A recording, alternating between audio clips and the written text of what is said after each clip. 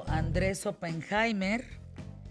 Te leo en el Miami Herald y sin duda una de las columnas más retuiteadas ayer y hoy fue la del domingo, porque es un análisis bien interesante el que haces en torno a pues lo que está sucediendo en América Latina, lo que está sucediendo en México.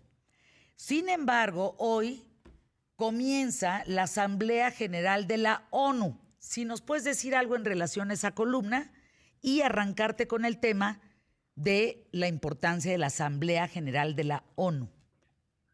Con gusto, Fernanda. La columna dice, contrariamente a lo que especulan muchos, que la posibilidad de un bloque de izquierda latinoamericano, de un bloque antiimperialista, como quieramos llamarlo, es muy, pero muy lejana, muy remota y mucho menos una liderada por México. Como decía en la columna, México depende en más de un 80% de sus exportaciones en Estados Unidos, más de 40.000 millones en remesas anuales. Eh, México no está en ninguna posición como para asumir un rol de liderazgo de la izquierda latinoamericana, aunque lo quisiera.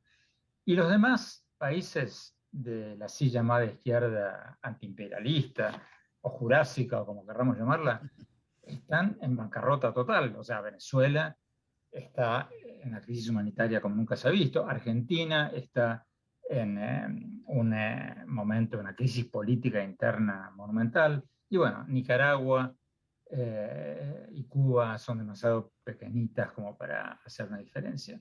De manera que lo que yo decía es que nadie sabe lo que puede ocurrir en un futuro, pero en general mantengo mi premisa de siempre, que es tú puedes hacer populismo o grandes bloques cuando hay lana. Bloques, bloques antiimperialistas cuando el petróleo está a $146 por barril. Pero cuando el petróleo está a la mitad de eso, es muy difícil que eso ocurra. Eh, en materia de lo que me preguntaba recién, Fernanda, de la asamblea que empezó hoy, bueno, se espera que vayan más de 100 jefes de Estado y de gobierno a Nueva York. Esta va a ser la primera desde el COVID en que va a haber reuniones presenciales entre los presidentes. Más de 100 van a ir, México no. Los que no vayan personalmente van a participar por video. Y esta mañana la asamblea empezó con un espectáculo de la banda de K-pop de Corea del Sur, BTS. Y este es un dato divertido, Fernanda. 1 millón de personas siguieron el concierto, una presentación de unos 10 minutos de esta banda de jóvenes que hace furor en todo el mundo. Bueno, esa es la buena noticia, por la cual seguramente los burócratas de las Naciones Unidas estarán festejando. La mala noticia, Fernanda, es que apenas dejaron de cantar, la Y se audiencia salieron cayó de un todos. millón, cayó de 1 millón a 50.000. Se quedaron 20,000. Perdón cincuenta que me mil, eso ríe. lo acaba de reportar el Sí. Washington Post. O sea que la fiesta para los burócratas de las Naciones Unidas duró poco. Pero de cualquier manera, Fernanda, eh, mañana empiezan los discursos de los presidentes. Va a hablar, empieza Brasil, empieza el presidente Bolsonaro, que va a estar allí.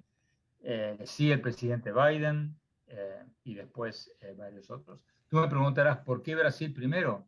Porque México va a hablar el mismo día.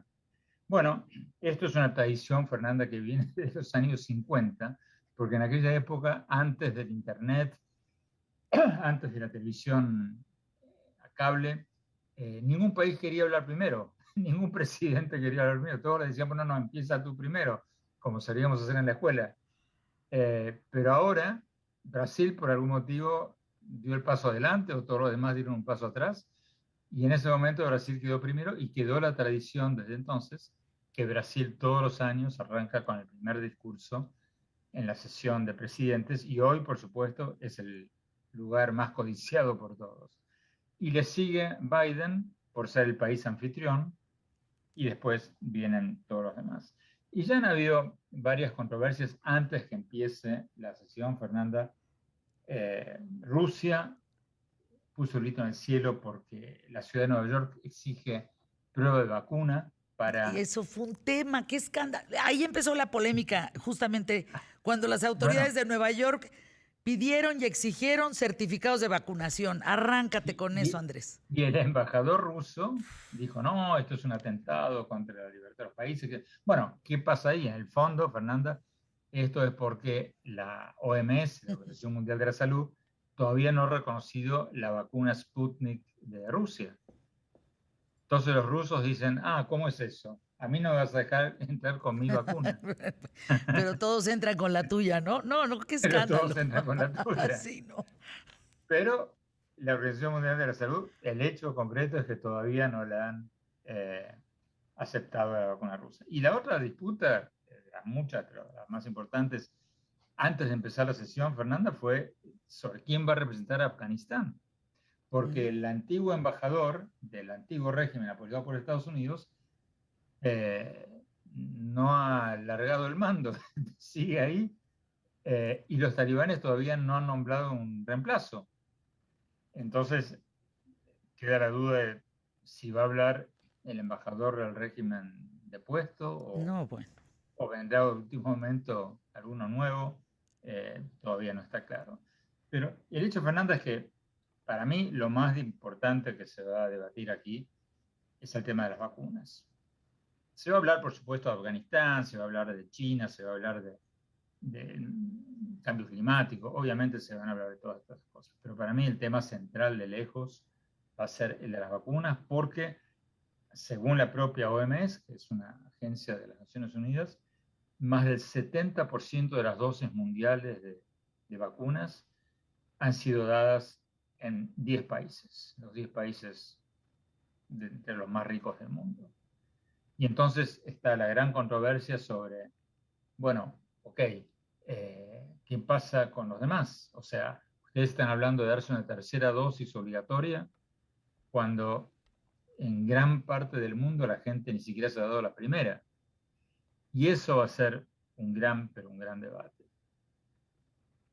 Y el presidente Biden, tengo entendido, me dicen funcionarios de la Casa Blanca, que va a hablar de eso, va a anunciar, que ya lo anunció antes, pero obviamente le va a hacer un poco de publicidad a una reunión cumbre que va a celebrar Biden el miércoles para justamente tratar de coordinar un aumento de la ayuda de los países ricos a los países pobres y de medianos ingresos en materia de vacunas. Te cuento rápidamente, hablé fines de la semana pasada con la encargada de la directora de un grupo de trabajo de la Casa Blanca sobre el COVID, y ella me decía, la tuve en mi programa de CNN, y ella me decía que Estados Unidos ya dio 140 millones de vacunas y va a dar otras 200 millones de vacunas al resto del mundo antes de fin de año. O sea que Estados Unidos ahora siente como que tiene la capacidad como para decirles a los europeos y a otros, oigan, ustedes también pongan su parte. Se entiende que la ONU dijo que en esta exigencia de vacunas, que si de Pfizer, que si de Sputnik, ¿esto es cierto que no le puedes exigir a un secretario de Estado un certificado? Bueno, ese es un tema de la ciudad de Nueva York, porque para entrar en la Bien. ONU tú tienes que pasar por el aeropuerto de Nueva York. Y o sea, las disposiciones de Nueva York son que si tú no tienes un certificado de vacuna, no entras. En realidad no puedes entrar ni a un restaurante. Es uno de los pocos lugares de Estados Unidos que piden certificados de Exacto, vacunas. seas secretario de Estado, o seas Andrés Oppenheimer, o sea Exactamente, yo, quien sea. exactamente. Entonces, Ahí está. ahora, ¿qué va a pasar, Fernanda? Eso no va a ser un escándalo internacional. Lo que va a pasar es que van a hacer la vista gorda. ¿Por qué? Porque ya en las últimas horas los funcionarios de las Naciones Unidas están diciendo que van a aceptar lo que acá se llama el honor system, el sistema basado en la honra. O sea que si tú dices sí, me vacuné, te van a decir, ok, pasa. En otras palabras, no le van a pedir el papelito, le van a pedir la palabra. Y los rusos se van a hacer los que no entienden, y van a decir, niet, no entiendo, Niet, niet, bueno, que eso es y van a alemán, pero pasar, quién sabe cómo se diga en ruso. Ni más, ni más, ni más. Punto. y van a pasar. O sea que no, si se viene la Tercera Guerra Mundial, no va a ser por este tema. Interesante lo que está pasando en el mundo. Fíjate cómo hoy, Andrés, coincidentemente, y esto es el reflejo de lo que está pasando en el mundo.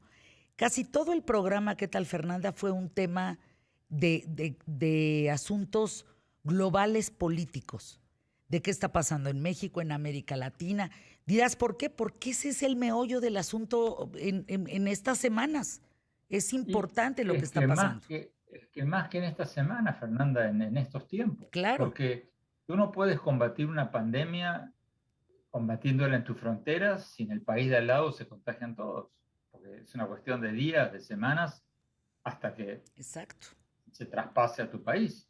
Y lo mismo con todo, lo mismo con el comercio.